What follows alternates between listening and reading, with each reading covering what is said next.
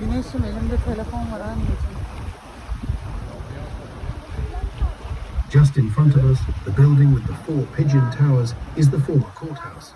It dates from the 17th century. On the left, a reminder of the Dutch, the fish market. We still use it. Every morning from Tuesday until Saturday, market it's possible to buy fish here.